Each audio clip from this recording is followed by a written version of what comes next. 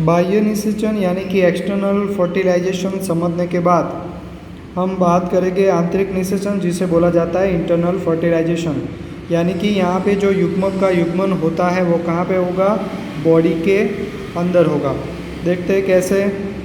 बहुत सारे स्थलीय जीवों में जैसे कि फंजाई, उच्च श्रेणी के प्राणी जैसे सरीसृप, पक्षी तथा स्तनधारी एवं अधिकतर पादप। पादप के अंदर कौन कौन से एग्जाम्पल आएंगे?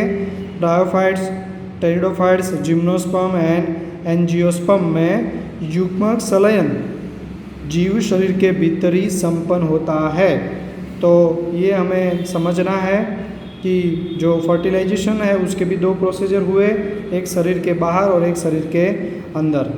अतः यह प्रक्रिया आंतरिक निषेचन यानी कि इंटरनल फर्टिलाइजेशन कहलाती है। इन सभी जीवों में अंडे की रचना मादा के शरीर के भीतर होती है, जहाँ पर वह नर युग्मक से संगलित कर जाते हैं। यानी कि बॉडी के अंदर ये निषेचन की प्रक्रिया होगी। आंतरिक निषेचन प्रदर्शित करने वाले जीवों में नर युग्मक क्या होते हैं? चलनशील, यानी कि वो एक जगह से दूसरी जगह स्थानांतरित हो सकते हैं और उन्हें अंडे के साथ युग्मन करने के लिए अंडे तक पहुंचना होता है। तो हमने देखा कि जो बाहरी फर्टिलाइजेशन है, एक्सटर्नल फर्टिलाइजेशन, जिसके अंदर संततियाँ बहुत सारी पैदा होती है, पर उन्हें वैसी परिस्थिति में से निकलना पड़ता है जिसकी वजह से वो बहुत कम उसमें से संततियाँ बच पाती हैं। वैसे ही यहाँ पे नर जो युग्मक है वो कैसे होते हैं? चलनशील, और उन्हें कहाँ तक पहुँचना होता है? अंडक के युग्मन के साथ, मतलब कि अंडे तक पहुँचना होता है। इस प्रक्रम हेतु जो शुक्राणु पैदा होते हैं उनकी संख्या विशाल होती है, परंतु जो अंडे उत्पन्न होते हैं उनकी संख्या अपेक्षाकृत क्या होती है? कम। यानी कि जैसे आगे वाले में हमने संततियाँ ज़्यादा देखी, तो यहाँ पे हमें ये समझना है कि क्या सबसे ज़्यादा मिलेगा हमें? शुक्राणु, और वो कहाँ पे पहुँचेंगे? अंडे के पास, और उनकी जो संख्या है वो अपेक्षाकृत क्या होती है? कम होती है।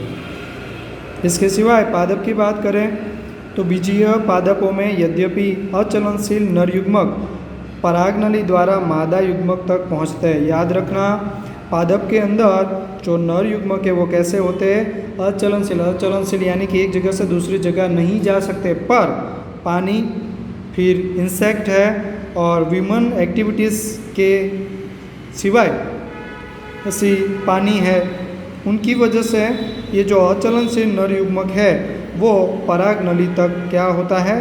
पहुंच जाता है। तो ये भी याद रखना है हमें कि बाहरी फर्टिलाइजेशन कैसे होता है और इंटरनल फर्टिलाइजेशन कैसे होता है और किस में मिलेगा। अब बात करते हैं निषेचन पश्व घटनाएं, यानी कि जैसे मैंने बोला था आपको कि निषेचन की 3 घटनाएं, उसमें पूर्व निषेचन हमने समझा। अब बात करते हैं निषेचन होने के बाद क्या घटनाएं बनती हैं।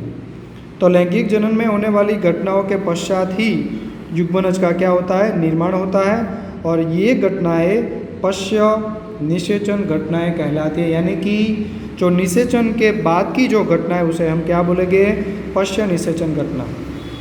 अब बात करते हैं कि नर युग्मक और मादा युग्मक एक दूसरे के साथ जुड़ जाते हैं, तो हमने बोला कि युग्मन का निर्माण होता है, जिसे युग्मनज भी बोला जाता है। तो उनका आगे क्या होता है? तो देखें कि द्विगुणित युग्मनज का निर्माण, यानी कि n+n मीन्स 2n, सभी लैंगिक जनन करने वाले जीवों में सर्वव्यापी है।